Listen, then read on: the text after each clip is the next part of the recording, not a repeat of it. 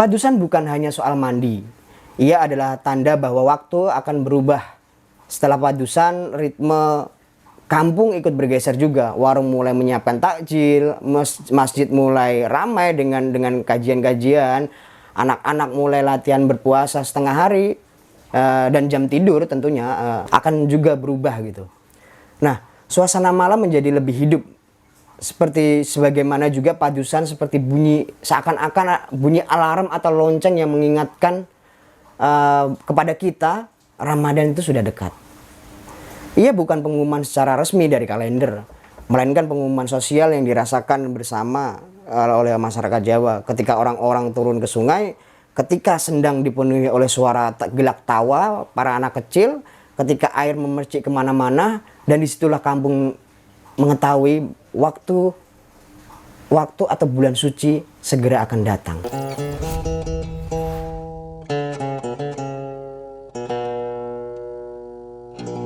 Assalamualaikum warahmatullahi wabarakatuh. Berjumpa kembali dengan saya Eko Yudi di channel Tahu Cinta. Sebelumnya kita membahas tentang beberapa tradisi menjelang bulan Ramadan, yaitu 3 tradisi yang ada di Jawa, Aceh, dan juga Minang. Kali ini kita akan membahas tentang sebuah tradisi atau kebiasaan yang ada di Jawa yang dilakukan oleh orang-orang saat menjelang bulan Ramadan, yang tentunya dilakukan berulang-ulang di daerah Jawa. Orang-orang datang berbondong-bondong ke sungai, membawa ke sendang, ke mata air atau pemandian umum. Ada yang membawa sabun, ada yang membawa bunga, ada yang datang hanya untuk ikut dan merasakan suasana. Di situ air menjadi pusat perhatian dan tubuh-tubuh manusia masuk ke dalamnya seperti sedang memulai sesuatu hal yang baru. Tradisi itu biasanya disebut dengan tradisi padusan. Kata dasarnya sederhana, adus atau mandi. Tetapi maknanya tidak sesederhana hanya sekedar membersihkan badan tentunya gitu. Padusan adalah cara masyarakat untuk memvisualisasikan satu gagasan sebelum memasuki atau menjalani ibadah puasa di bulan Ramadan gitu. Manusia itu perlu bersih baik lahir ataupun batin. Dalam banyak tradisi ataupun kebudayaan, air bukan hanya benda, ia adalah satu simbol yang digunakan oleh banyak masyarakat Nusantara tentunya gitu. Air mengalir seperti menyimbolkan waktu, air membersihkan seperti maaf, air menenangkan seperti doa yang diucapkan pelan-pelan.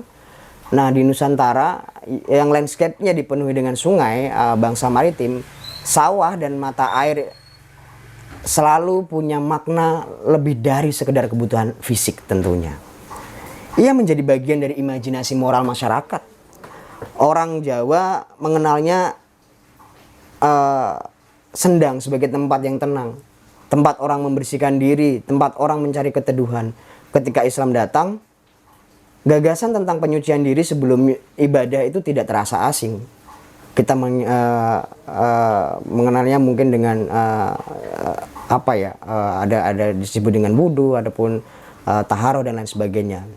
Nah, sebab masyarakat sudah lama memahami air, tentunya masyarakat Nusantara sebagai medium untuk pemurnian. Nah, di titik itu agama dan budaya tidak bertentangan ataupun bertabrakan. Mereka justru saling menyapa lewat simbol-simbol yang ada di dalam Nusantara, khususnya Jawa. Padusan lahir dari pertemuan itu tentunya. Padusan bukan hanya soal mandi. Ia adalah tanda bahwa waktu akan berubah. Setelah padusan, ritme kampung ikut bergeser juga. Warung mulai menyiapkan takjil, masjid mulai ramai dengan kajian-kajian, anak-anak mulai latihan berpuasa setengah hari, dan jam tidur tentunya akan juga berubah gitu. Nah, suasana malam menjadi lebih hidup. Seperti sebagaimana juga padusan seperti seakan-akan bunyi alarm atau lonceng yang mengingatkan kepada kita Ramadan itu sudah dekat.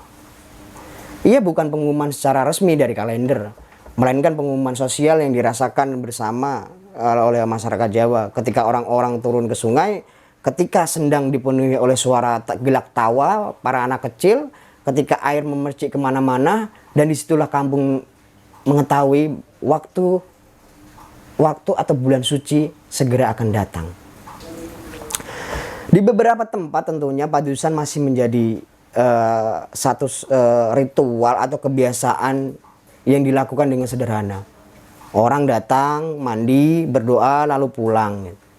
Sunyi, tenang, seperti percakapan pribadi antara manusia dengan air. Namun di tempat lain, padusan berubah menjadi peristiwa publik.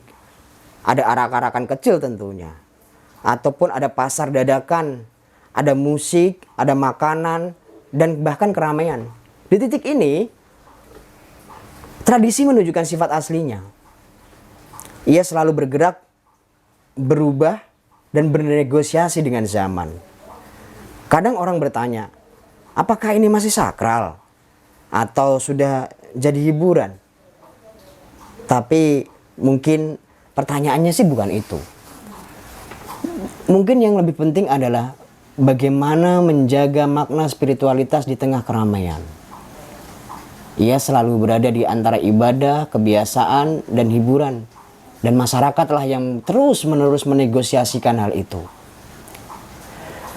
Secara fisik, padusan mungkin hanya kita lihat hanya mandi beberapa menit di dalam air lalu selesai. Tapi secara simbolik, itu adalah langkah pertama menuju atau menapaki bulan Ramadan. Tubuh harus dibersihkan, pikiran harus ditenangkan, dan mungkin tanpa disadari, hati mulai disiapkan. Padusan mengingatkan satu hal yang sederhana kepada kita. Manusia tidak bisa langsung masuk ke ruang suci tanpa persiapan. Seperti rumah yang harus disapu sebelum tamu datang, seperti panggung yang dibersihkan sebelum pertunjukan dimulai. Karena Ramadan adalah tamu agung. Dan padusan adalah cara masyarakat menyambutnya. Sebagai penutup, air selalu mengalir. Ia tidak pernah menolak siapapun yang datang. Ia tidak pernah memilih siapa yang boleh bersih. Mungkin karena itulah air menjadi simbol penyucian. Karena ia mengajarkan satu hal. Kebersihan bukan milik orang tertentu, melainkan hak semua manusia yang mau masuk ke dalamnya. Dari padusan mengajarkan kita bahwa Ramadan tidak dimulai dari jadwal puasa, tetapi dari kesadaran untuk membersihkan diri. Kadang jalan menuju ibadah tidak dimulai dari kitab, melainkan dari sungai, sendang, dan air yang dingin di kulit. Dan ketika tubuh menyentuh air itu, sebenarnya bukan hanya badan yang sedang dibersihkan, tetapi juga waktu, ingatan, dan niat untuk menjadi manusia yang lebih ringan. Sekian. Kita akan berjumpa lagi dengan tema yang lebih menarik yang dimiliki oleh bangsa ini saat menjelang Ramadan, saat Ramadan, menjelang Lebaran, dan setelah Ramadan, setelah Lebaran.